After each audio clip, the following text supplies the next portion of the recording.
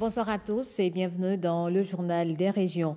Les filières anacarde et soja, à l'image du coton, sont en passe de devenir des références internationales. C'est du moins la volonté de l'État béninois et des principaux acteurs des sous-secteurs concernés. Les travaux ont démarré depuis plusieurs mois en vue de la mise en place des interprofessions. Marcela Rossi et Simon Villon. Parent pauvre du secteur agricole jusqu'à un passé non lointain, le soja aujourd'hui devient aussi prioritaire dans le programme de développement agricole du Bénin. Si la filière a pu s'imposer d'elle-même ces dernières années, elle a de beaux jours en perspective avec une réorganisation voulue par l'État central et bien accueillie par les acteurs. Cette organisation a démarré depuis les villages, avec les sections villageoises. Nous sommes passés ensuite au niveau des communes à la mise en place des coopératives communales de producteurs de soja et nous avons pu évoluer jusqu'à la mise en place de l'union qui représente les producteurs de soja au niveau national. C'est au niveau de l'interprofession que nous allons régler un certain nombre de problèmes que nous vivons au Bénin. Je vais parler du problème de fixation des prix de ces matières premières. Nous ne sommes pas sans savoir quand le gouvernement fixe les prix. Certains ne reconnaissent même pas que c'est des prix planchers et on a plusieurs sortes d'interprétations et nous avons beaucoup d'intermédiaires qui profitent et intoxiquent même les producteurs et ça devient un problème. Mais lorsqu'on aura installé une interprofession, à l'instar de l'interprofession de la filière coton, ce n'est plus l'État qui va fixer les prix de ces matières. C'est entre acteurs, les producteurs d'un côté, les transformateurs de l'autre côté qui vont s'asseoir, qui vont discuter et fixer les prix de leurs produits et des fois avant même le démarrage de la campagne.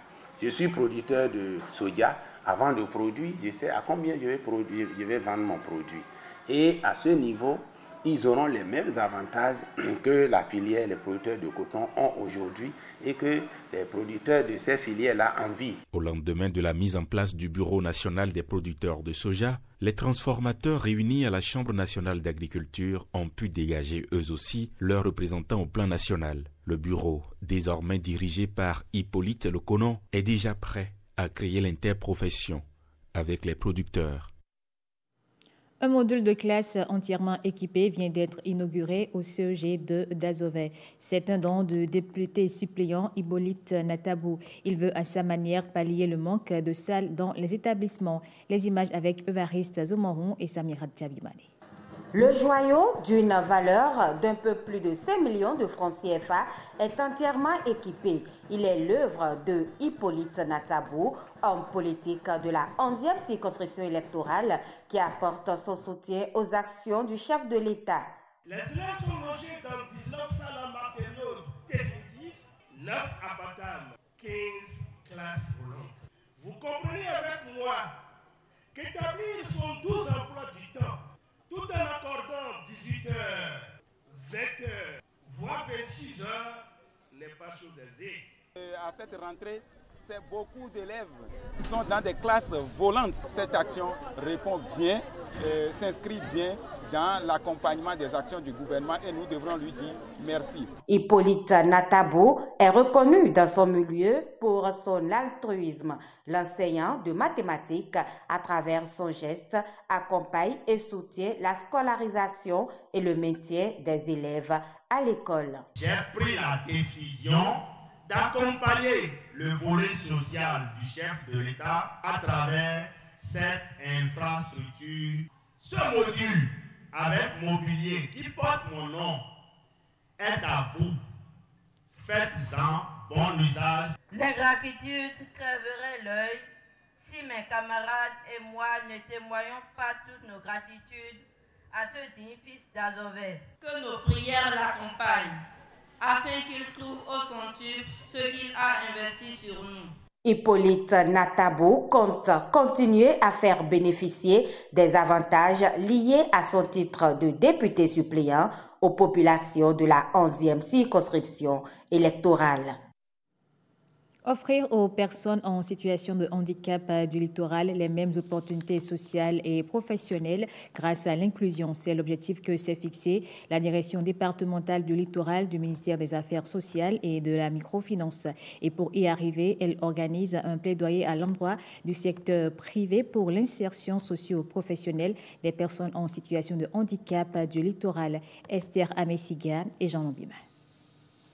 L'insertion socio-professionnelle des personnes en situation de handicap, les autorités béninoises s'en préoccupent toujours. Le gouvernement du président Patrice Talon s'investit à mettre en place au quotidien des politiques et stratégies pour favoriser l'intégration des personnes handicapées.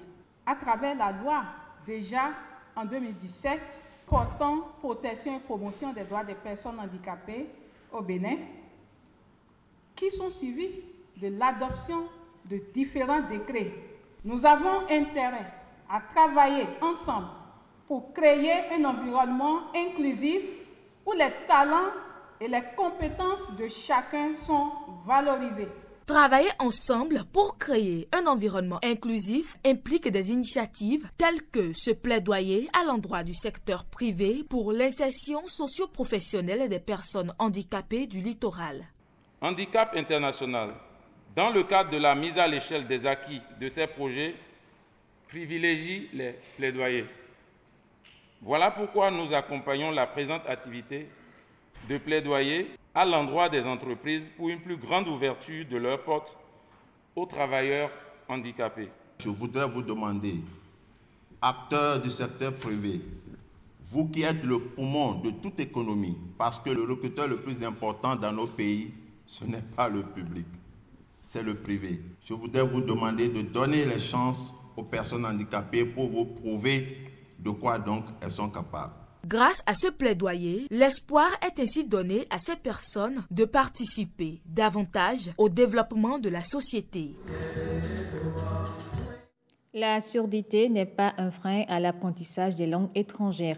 À travers le langage des signes, il est bien possible de maîtriser l'anglais ou l'allemand. C'est le cas au Collège professionnel d'apprentissage des sourds-muets de Cotonou. Rachad Moussa, Bénédicte Kossou et Esther Amessiga ont assisté à un cours de langue étrangère dispensé en langue des signes. Regardez.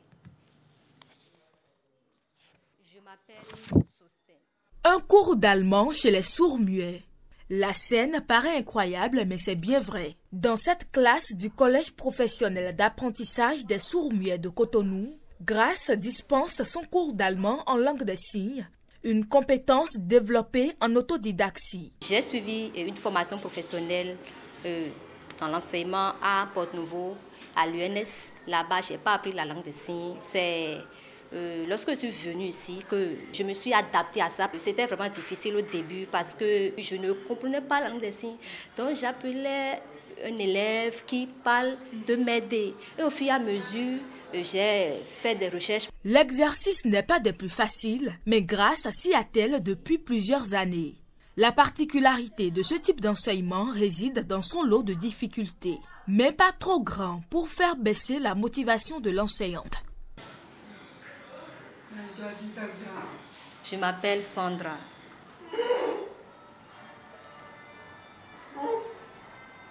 Il aimerait ne pas s'arrêter en première, mais qu'il aimerait continuer à l'université. Nous manquons des signes appropriés pour expliquer certains cours grammaticaux. Il y a aussi le fait qu'on n'a pas vraiment reçu une formation spécifique dans le domaine. Donc c'est vraiment un défi pour nous.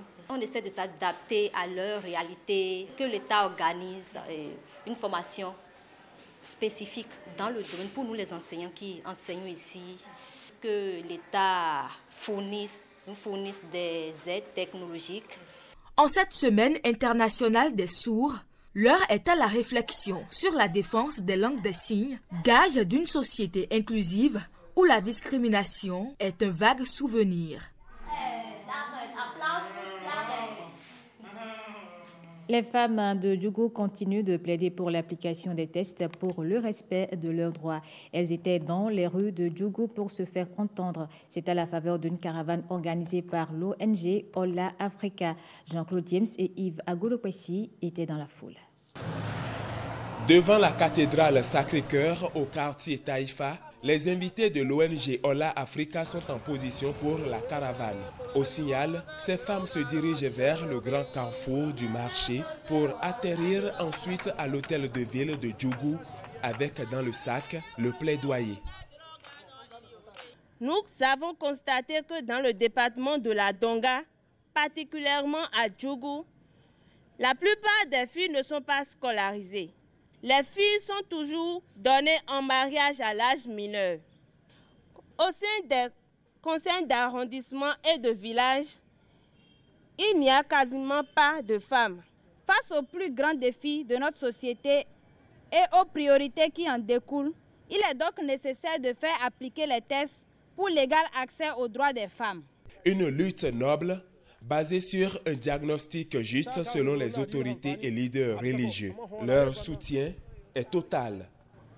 Déjà au niveau des conseils communaux, nous avons le devoir d'accompagner la participation et l'émancipation de la femme. Et nous prenons l'engagement de travailler avec tous les partenaires qui vous accompagnent, vous-même, pour que tous les défis qui nous restent à relever puissent être relevés. Le droit de la femme, sinon les droits de la femme sont légitimes dans notre constitution tout comme dans notre religion.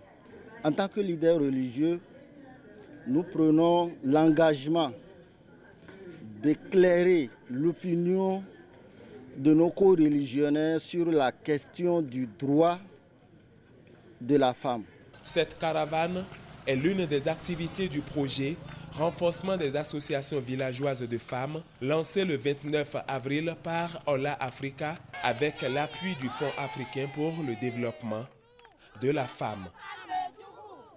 Lancement officiel d'une session de formation sur la norme qualité en matière d'entretien des cités au profit des responsables des petites et moyennes entreprises prestataires de la Société de gestion des déchets et de la salubrité SGDS. La formation vise à fixer la SGDS et ses partenaires sur les droits et obligations contractuelles qui les unissent. Les explications avec Igor Ayosso et Arnaud Adaja. C'est une session de formation qui pourrait étonner lorsqu'on sait que ces entreprises ici présentes sont supposées être aptes. Surtout qu'elles ont été sélectionnées à partir d'une offre technique que celle-ci avait présentée. Il faudrait que nous les informions sur les exigences en termes de paiement de salaire, en termes de social, déclaration au Centre national de sécurité sociale, déclaration d'une police accident. Donc, il fallait former les PME pour que, effectivement, au cours de l'exécution du contrat, il n'y ait, disons, de contradiction entre les parties prenantes au contrat. Toutes ces PME qui exercent dans le ramassage des déchets, du désensablement, du désherbage et du curage sont également là pour recevoir des notions de qualité, sécurité et environnement au travail. Une PME qui aspire grandir doit quand même mettre en application ces formations pour pouvoir être fort sur le terrain. Ces PME en contrat de prestation avec la Société de gestion des déchets et de la salubrité sont donc là pour être plus efficaces au moment du bilan. L'église La Chapelle internationale des vainqueurs section Bénin célèbre les 110 ans de son fondateur. Une occasion choisie pour rappeler l'importance du partage, de l'entraide et de la solidarité à travers une série d'actions sociales. Un hommage est rendu au pasteur David Olanini Oyedepo. Les détails avec Uvaus Balogun. Un acte de générosité à l'endroit des populations de Assalin dans le département du Zou. De l'eau qui coule pour le bonheur des femmes et des hommes. À Bonou, dans le département de l'Ouémé, c'est la lumière qui, lui, grâce à ses lampadaires solaires. Il a mené la lumière ici, il y aura toujours cette lumière ici dans ce village. Et ici, à l'orphelinat Saint-Gérard, Maïla de Koutongbe à Porto Novo, ce sont des dons sous forme de vivres et de vêtements. Parce que nous croyons au don. Et nous croyons au fait d'être une bénédiction. Ces gestes d'amour et d'affection sont le symbole d'une rencontre. Une rencontre avec l'évêque David Oladini Oyedepo, fondateur de la Living Faith Church Worldwide, l'église de la Chapelle des Vainqueurs. Apôtre de diviseur Winners Chapel International. Chapelle des Vainqueurs International. Bishop David Oyedepo. Bishop David Oyedepo. Papa Oyedepo et de 70 ans connu pour son engagement philanthropique et sa vision de la transformation sociale à travers l'éducation et la santé, il saisit l'occasion de son 70e anniversaire pour donner espoir aux communautés vulnérables. In 5 communities, we have put solar street lights in 5 communities.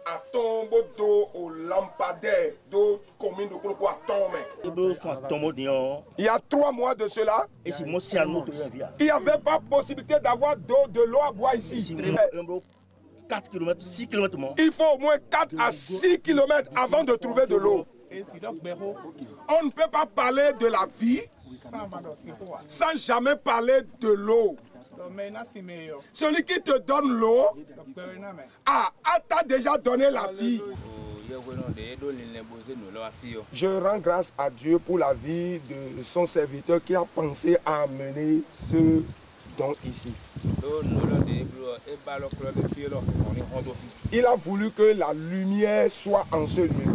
En célébrant ses 70 ans, l'évêque David Oyedepo a choisi d'apporter lumière, espoir et soutien, des valeurs de partage et de solidarité qu'il prône à travers ses actions humanitaires. Happy birthday to you. Et c'est la fin de ce journal. Merci à vous de l'avoir suivi.